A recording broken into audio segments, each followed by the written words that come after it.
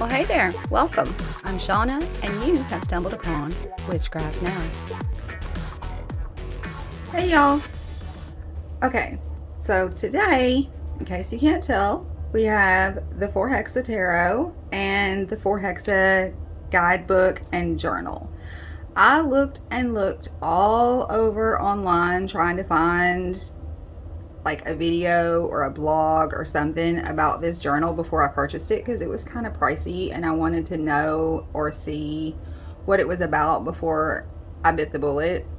But because I couldn't find it, I decided to go ahead and buy it and then make a video myself. And if any of you are wondering about it, then maybe it'll help someone else make that decision. So this little guidebook that comes with the tarot deck is super awesome. It's written very small, and I have to use my magnifying glass to actually read it. And yes, I actually had to break down and buy a magnifying glass. We all know I'm blind, so yeah. But it's got all kinds of information in here. It has yes, no, maybes, those sorts of things. It has like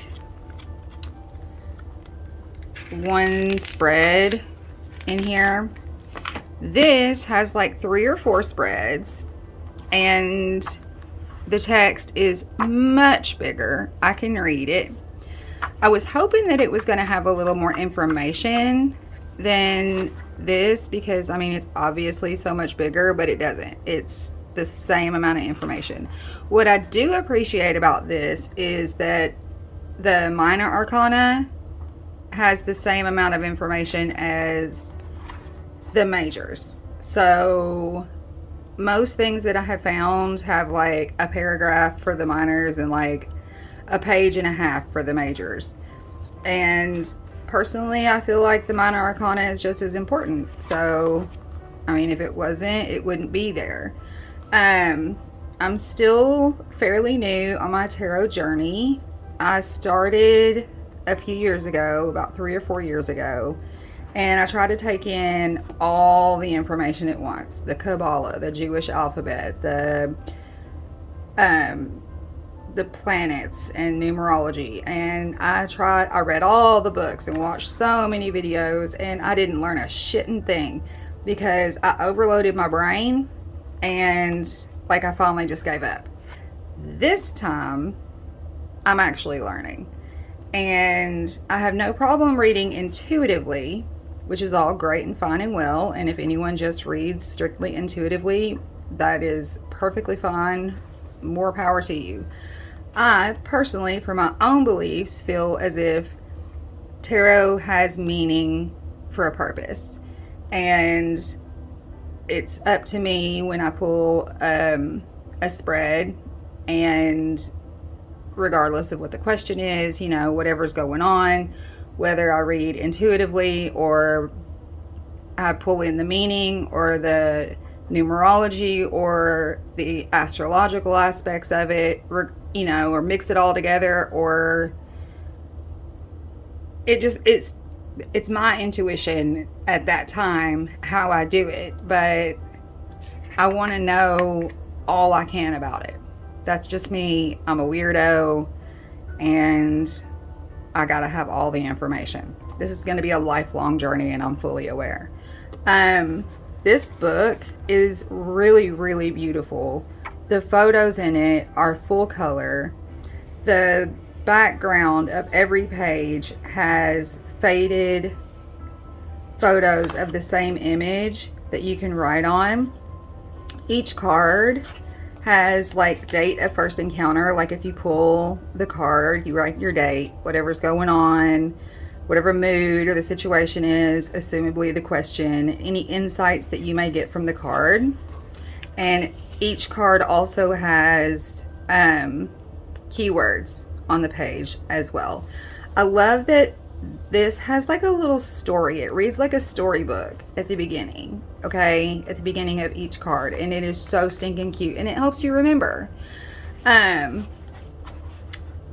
What I am not so excited about is it does have the keywords written next to the name and the element of the major arcana, but it does not have this. There's not like a specific page for any of the minors. So you have to like go to that specific card to find the keywords for the minors.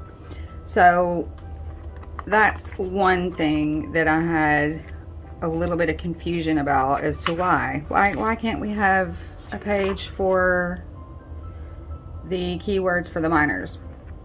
Another thing that I was confused about is, and being brand new at, like, I've journaled on and off my whole life, but my idea of journaling has been just to write, you know, what has gone on that day. I don't do feelings and all that stuff. Well, I'm reading the Tarot 101 book, and I've read it before, but I'm actually going through the exercises of it this time, and I'm learning so much from that book. It's unreal. And I have found that I have been triggered by some of the questions and the journal prompts that come with understanding and reading and participating in those exercises. So having journal prompts has helped me tremendously, not only to understand the cards, but for me to understand how to even be honest with myself and write down in my journal like my own actual feelings, you know. So it has questions for the majors and journal prompts, but it doesn't have them for the minors. So I'm going to fix that. I have an idea of what I'm going to do with this book. And it also has some spreads, which look really cool. I haven't tried any of them yet because I've been waiting to make this video before I did. Look how beautiful this is. Like, leading into the minors, this full page spread of just nothing but beautiful color. I love it so much. And it's got all these pages and all this space to write in all throughout it. Just all kinds of spots to write. It's beautiful. It really truly is. There's a discrepancy in the 10 of fire. Let me find it. If you should get this, you should probably know. It is listed as somewhere in here, the 10 of air. And it's just a misprint. There are some grammatical errors in here that will have to be addressed and fixed because I can't handle it. But this deck itself is very similar to the Rider-Waite. Like here, instead of carrying the wands, she's picking up dragon eggs and she's got her burden with her. She's, you know, going at her own slow pace, but she's getting there. But this deck is easy to read in that it does resemble the Rider-Waite to me. Like, I feel like I can actually read with this deck, and I just got it. I haven't pulled any spreads even for myself or anything, but I have looked through them and they are stunningly beautiful. And there's mermaids in the water suit, which is super stinking cute. All the other suits are fairies, but the cups or the water suit is mermaids, which is absolutely adorable. I love it. Back here in the very back, and I wish there were more of this. There's one page, and I would have loved to have seen more of this right here. It's the plants of Forhaxa, and each plant that's listed, there are only a few of them, but they have the traits for that plant, like tulips, or true love and forgiveness, forget-me-nots, a promise of remembrance, black dahlia, betrayal. I just love the idea of this. I think this is really cool. I would have loved to have seen more of things like this. So what I plan on doing with this book, because it is soft cover, it feels like buttery leather. It's just like I want to pet it. But what I plan on doing with this is turning it into a junk journal, really beautiful, funky, cool type situation, to where I have pages that fold out and can add in my own questions and my own information, not only in regards to this deck, but others as well. I mean, I paid enough money for this one journal that I feel like it should encompass more than one deck. So I'm going to make it what I want it to be. If you haven't seen the Forhaxa Tarot, which I'm sure a lot of you have, this is what the backs looks like. It's absolutely beautiful. It's slippery as shit though. Like if you don't hold on to it, you're gonna, like, your cards are gonna slip. This is the slipperiest cardstock I have ever seen, but it shuffles beautifully. I love the Fool is sitting on a beehive rather than just like about to leap off the edge of a cliff. She doesn't care if she's getting stung. She is in it for the honey. And the Magician is just like, she's so beautiful. Everything in this deck is gorgeous. I love the High Priestess. The High Priestess in every deck that I have has been stalking me lately. So yeah, here's my nervous breakdown card. I don't know why in the world I was so triggered by the Empress. I mean, I do. It's in my journal, but I wasn't expecting it. This shocked me. Instead of the Emperor, you have the Council of Monarchs, which is one of the few, very, very few that has name changes, aside from the fact that it's not swords, cups, pentacles, and wands. It's actually the elements: earth, air, fire, water. But instead of the Emperor, you have the Council of Monarchs, and it's not one man ruling everything. It is the elements, the leaders of the elements ruling together.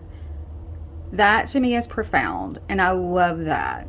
There's not one person making up all the rules. There's a group who make the decisions together, and that I don't know, I think that's how it should be.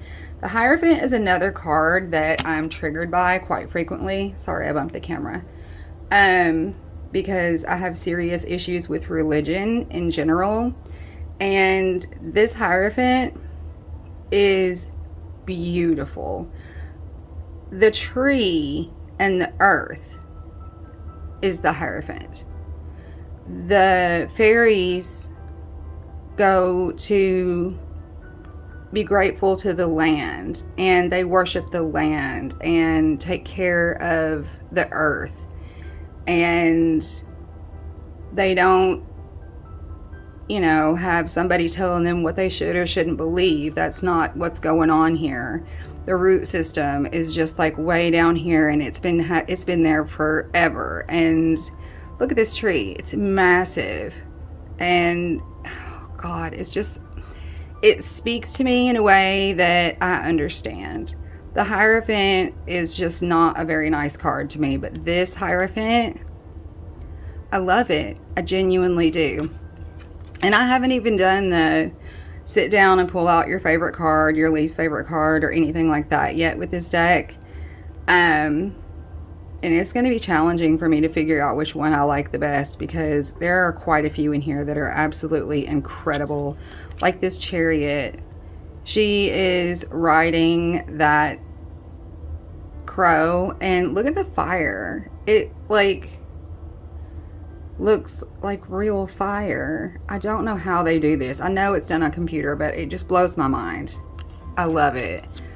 This deck is ML Cullinane. She did the Crow Tarot, and I just feel like every deck she does is just, it just gets better and better. I don't know how, because the Crow Tarot is phenomenal, but her work is just mind-blowing. I love this Wheel of Fortune. It has two fairies turning the wheel together, and it has the moon phases. It's, you know, the symbol, there's so much symbolism in here. And like the Justice card, oh God. The Hanged Man, I don't know, I think that's a dragon. It's got a hold of her. But it's beautiful. Every card is beautiful. And even the death card. I think the death card is gorgeous. Like, she is easing that, I don't know if it's a fox or some kind of little dog or whatever that is. She's just easing it to the other side.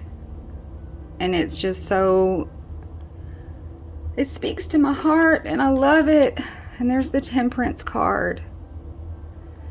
I'm not going to show you guys all the cards because there's so many walkthroughs online that I know that if you want to see it, all you have to do is go check out somebody's channel and see the entire walkthrough. And there are lots of them. I wanted to mainly focus on the book, but now that I'm looking at it, I just can't help but look. Oh, look, here's the Death Fairy in the reflection staring at the Moon Fairy. Can you see that? It's the same. It's that same fairy. I've already inspected that. I know that's that same fairy. And then there's the sun. And it's so dark over here. I was really confused by the sun card, but when I read the guidebook, it made sense.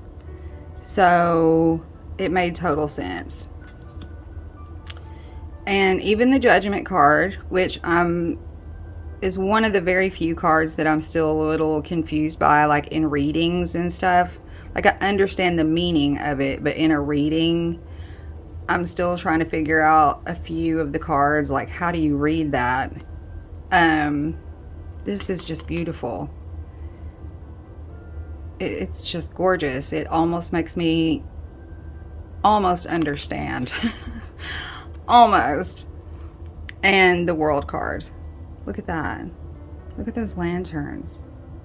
Isn't that stunning? And the colors in this deck are just used so beautifully. Yeah, I couldn't be happier with this deck.